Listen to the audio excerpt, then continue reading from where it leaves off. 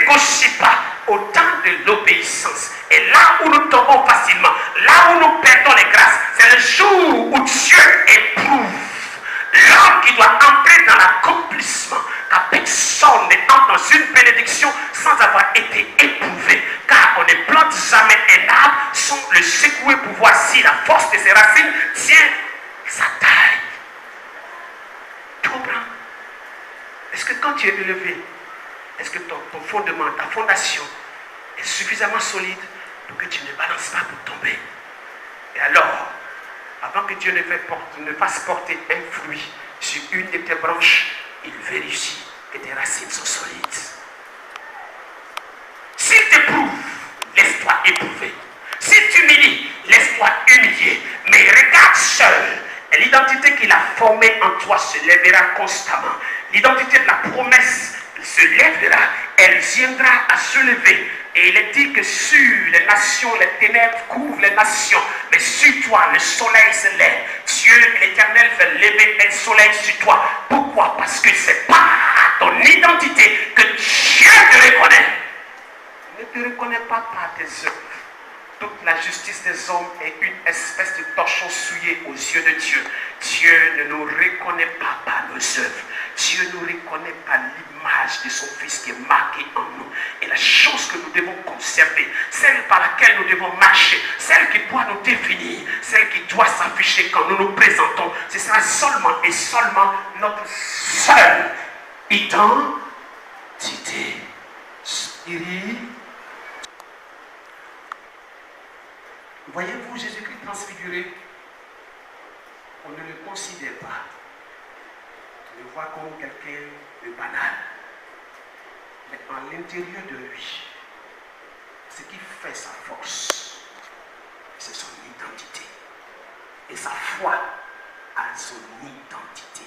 Son attachement irrésolu, pour ne pas dire résolu, en cette identité.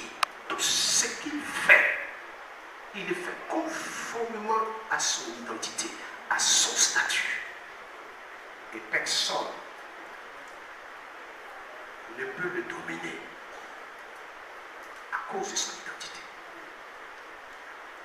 Quand il veut apprendre à prier, regardez dans la prière, l'identité sort. Il dit notre Père qui est aux cieux.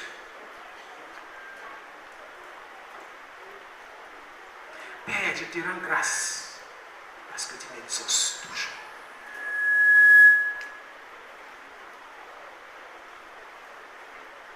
Je veux obéir à Dieu, mais à partir d'aujourd'hui, je n'obéirai plus jamais à Dieu en regardant à autre chose. Oh, la chose principale est en toi. Si tu sais qui tu es, tu sais ce que Dieu dit de toi, tu vas fuir le péché. Tu vas fuir le péché. Parce que tu sauras que le péché qui entre en toi va déformer ta qualité, va déformer tes vertus, va déformer tes promesses, va arrêter ta grâce, va annuler tes bénédictions. Alléluia. J'ai beaucoup parlé.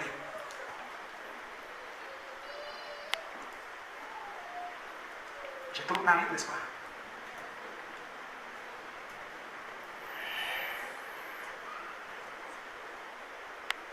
Je vais donner des références rapidement. Le péché d'Adam se trouve dans Genèse 3, verset 1er à 13, vous pourrez le lire. L'obéissance de Jésus-Christ.